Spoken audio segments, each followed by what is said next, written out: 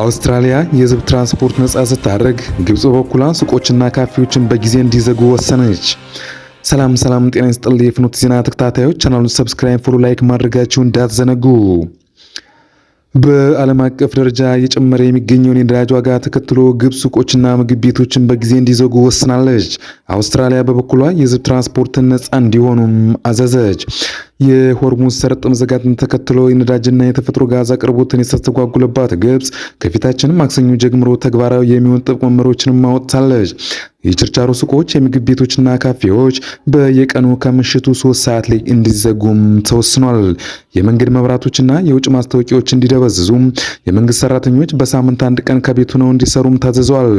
እንደ ሆስፒታሎች፣ ትምህርት ቤቶችና ፋብሪካዎች ውስጥ የሚሰሩ አስፈላጊ ሰራተኞችን አያካትትም ነው የተባለው።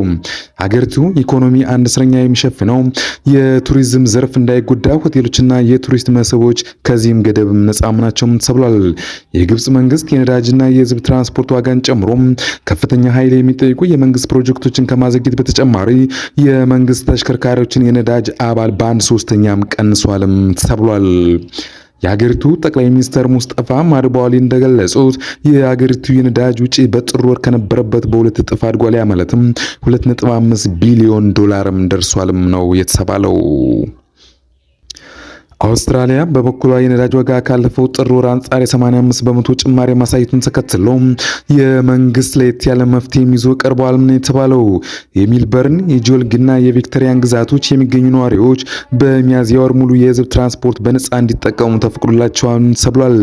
ይህ እርምጃ ነዋሪዎችን የግል ተሽከርካሪዎችን ትተው አውቶቡሶችና ባቡሮች እንዲጠቀሙ የማበረታት በነዳጅ ላይ ያለውን ከፍተኛ ፍላጎት ይቀንሳልም ተብሎም ታምኖበታል። ምንም እንኳን የነዳጅ ማደያዎች ላይ ረጅም ሰልፎች ቢታዩም ባለስልጣናት አሁንም በቂ ክምችት እንዳለ ለህዝብ ማረጋገጫም ሰጥተዋልም ተብሏል። መረጃው ቢቢሲ እንደዘገበው።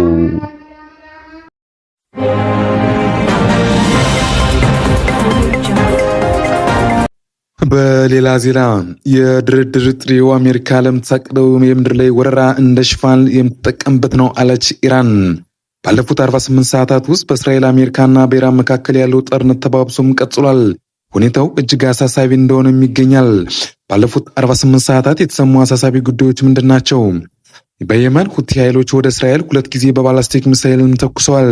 ይህም በጦርነቱ ለመጀመሪያ ጊዜ በቀጥታ የተሳተፉበትን አጋጣሚም ሆኗል። እስራኤል ጥቃቱን ማክሸፏን ብትገልጽም የሁቲዎች ተሳታፊዎች ቀይ ባህርና ዓለም አቀፍ የንግድ መስመሮችን ለከፍተኛ አደጋ አጋልጸዋል ነው የተባለው። አሜሪካ በኢራን ውስጥ ለሚደረግ የተወሰነ የምድር ኦፕሬሽን እቅድ ያዘጋጀች መሆኑ ዋሽንግተን ፖስት ዘገባም ያመለክታል። እስከ 10,000 የሚደርሱ ወታደሮች ለሚሰማሩ እንደሚችሉ ቢገመትም ፕሬዝዳንት ዶናልድ ትራምፕ እስካሁን በመጨረሻውም ትዕዛዝም አልሰጡም። የኢራን ባለስልጣናት የአሜሪካ እግር የኢራን መሬት ከረገጠች ሬሳቸው በሬሳ ሳጥን ሆኖ ይወጣታል በማለት ጠንካራ ማስጠንቀቂያም ነበር የሰጡት። ሊባኖስ ውስጥ ያለው ሁኔታ እጅግ አስከፊ ሆኗል።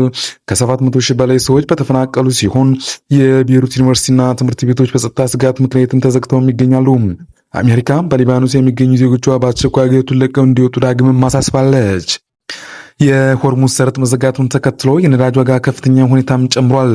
በአሁኑ ወቅት የብሬንት ነዳጅ ከ100 እስከ $115 ባለው ክልል ውስጥም እየተገበያየም ይገኛል። ኢራን በእስራኤልና በባህረ ሰላጤው ሀገራት ተደጋጋሚ ሚሳኤልና ድሮን ጥቃቶችን ስትፈጽም የእስራኤልና የአሜሪካ ኢራን ውስጥ የሚፈጸሙ ጥቃትን ማጠናክረውም ቀጥሏል። ኢራን በሳውዲ አረቢያ የሚገኘውን የፒሩስ ሱልጣን አየር ኃይል ጣቢያን ኢላማ ያደረገ ጥቃትን ፈጽማለች። በድሮና በሚሳኤል በተሰነዘረው ጥቃት ከ10 እስከ 15 የሚሆኑ የአሜሪካ ወታደሮች ላይ የመቁሰል አደጋም ደርሷል። በተጨማሪም የአሜሪካ የነዳጅ ሙያ የአውሮፕላኖች ጉዳትም ደርሶባቸዋል ነው የተባለው። በእስራኤል ቴል አቪቭ ከተማ አቅራቢያ የሚገኙ የኢንዱስትሪ ቀጠናዎችና በኬሚካል ፋብሪካዎች በሚሳኤል መመታታቸውም ተነግሯል። በጎልፍ ሀገራት ዩኤኢ እና ባህሬን ኩዌት የሚገኙ ኢላማዎች ላይ ጥቃቶችም ተሰንዝረዋል ነው የተባለው። በኢራን የሚሳኤልና የድሮን ክምችት ላይ ጉዳት ለማድረስ የሚሳኤልና የድሮን ማምረቻ ፋብሪካዎች ላይ ጥቃትን ፈጽመዋል። የኢራን አብዮታዊ ዘብ ዋና መስሪያ ቤትና የአየር መከላከያ ሰራዊቶች ላይ ጥቃት መፈጸሙ ነው የተገለጸው። ስትራቴጂካዊና ለሆርሙዝ ሰርጥ ቅርብ የሆነው የባንደር ካሚር የወደብ ከተማ ድባብ ተፈጽሞበታል። በተጨማሪም ከኒውክሌር ጋር ግንኙነት ያላቸው የተባለው አንዳንድ ተቋማት ላይ ጥቃት መፈጸሙም ነው የተዘገበው። የኢራን መገናኛ ብዙሃን በቴህራን ከተማ አካባቢ የተፈጸሙ የአየር ድብደባዎች ምክንያት አንዳንድ የከተማ ክፍሎች በጨለማም ተውጠዋል። የኢራን ዋና ከተማ ላይ ስለተፈጸሙት የቅርብ ጊዜ ጥቃቶች ከእስራኤል መከላከያ ወይም ከአሜሪካ ጦር እስካሁን የተሰጠ ምላሽም የለም።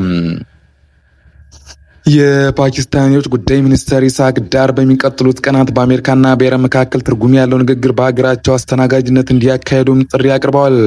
ንግግሩ አሁን ላለው ግጭት ሁሉን አቀፍና ዘላቂ መፍትሄ ለማምጣት ያለም እንደሆነም የተገለጸው የኢራን ፓርላማ አፈ ጉባኤ መሐመድ ባገር ቃሊብ በድርድር ጥሪው አሜሪካ ለምታቅደው የምድር ላይ ወረራ እንደ ሽፋን የምጠቀምበት ነው በማለትም አጸጥለውታል። ጠላት በይፋ የድርድር ምልክት እያሳየ በሚስጥር ግን ወረራ እያቀደ ነውም ብለዋል። አፈጉባኤው የእኛ ኃይሎች በማንኛውም የአሜሪካ የምድር ጣር ለመቀበል ዝግጁ ናቸው፣ ምላሻችንም ግልጽ ነው፣ ውርደትን በፍጹም አንቀበልም ሲሉም ነው ያስጠነቀቁት። መረጃውን ከተለያዩ የዓለም አቀፍ መገናኛ ብዙሃን የተወሰዱ ናቸው።